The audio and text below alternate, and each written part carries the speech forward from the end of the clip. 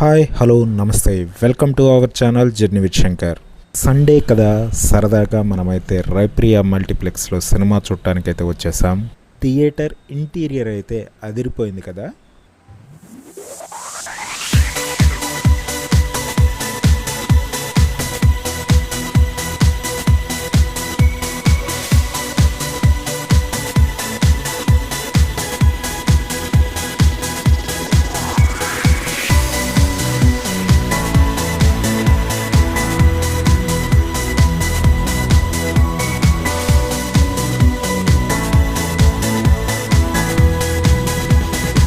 మనకి ఒంగోలులో ఉన్న ఈ థియేటర్లో మాత్రమే కార్ కానీ బైక్ కానీ ఫ్రీగా పార్కింగ్ అయితే ఉంటుంది.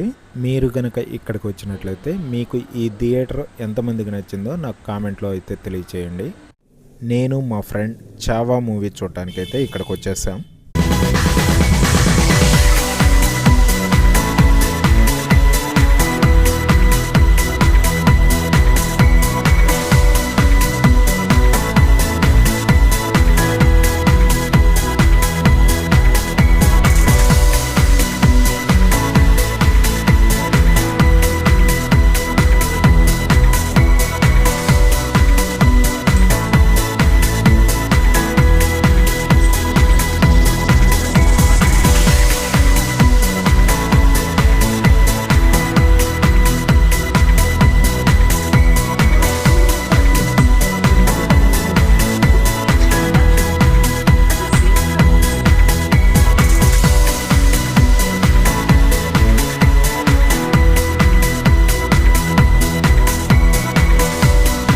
మీలో ఎంతమంది చావా మూవీ చూశారు?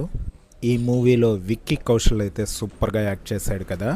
నాకైతే విక్కీ కౌశల్ పర్ఫార్మెన్స్ అయితే పీక్స్లో అనిపించింది.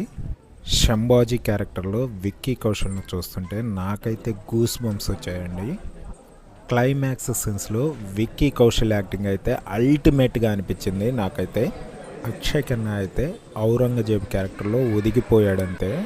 ఫస్ట్ హాఫ్ కొంత సాగతీతగా అనిపించిన సెకండ్ హాఫ్ మాత్రం ఇరక్కొట్టేసింది. క్లైమాక్స్లో వచ్చే ఫైట్ సీన్ అయితే థియేటర్లో అరుపులు పుట్టించాయి. నాకైతే క్లైమాక్స్లో వచ్చే ఒక డైలాగ్ అయితే తెగ నచ్చేసింది. నువ్వు మతం మార్చుకుంటే రాజ్యాన్ని ఇస్తా అని ఔరంగజేబు అన్నప్పుడు శంభాజీ వదిలే డైలాగ్ ఉంది కదా, ఔరంగ్ నువ్వు మాతో చేతులు కలుపు కానీ మతం మార్చుకోనక్కర్లేదు. ఈ డైలాగ్ మీలో ఎంతమందికి నచ్చింది నాకైతే కామెంట్ రూపంలో తెలియచేయండి. ఇక బయటకు వచ్చేసి సండే కదా ఏ హోటల్కి వెళ్దాము అని అనుకున్నాం. సండే అనగానే నాన్ వెజ్, కానీ నాకెందుకో నాన్ వెజ్ అయితే తినాలనిపించలేదు. అందుకే ప్యూర్ వెజ్ హోటల్కి వెళ్దామని ప్లాన్ చేశాను. మన ఒంగోలులో వెజిటేరియన్ మీల్స్ అంటే గుర్తొచ్చేది మనకు పంతుల మెస్ అండ్ ఆవుల వారి విందు భోజనం. మీరు కూడా ఆవుల వారి విందు భోజనంకి వెళ్ళినట్లయితే ఇక్కడ ఫుడ్ టేస్ట్ ఎలా ఉంది, యాంబియన్స్ ఎలా ఉంది అనేది నాకైతే కామెంట్ రూపంలో తెలియచేయగలరు. మీకు కనుక ఈ వీడియో నచ్చినట్లయితే మన ఛానల్ని సబ్స్క్రైబ్ చేయొచ్చు కదా. ఇంకెందుకు ఆలస్యం, మన ఛానల్ని సబ్స్క్రైబ్ చేయండి, వీడియోని లైక్ చేయండి, షేర్ చేయండి. ఓకే, ఉంటా మరి.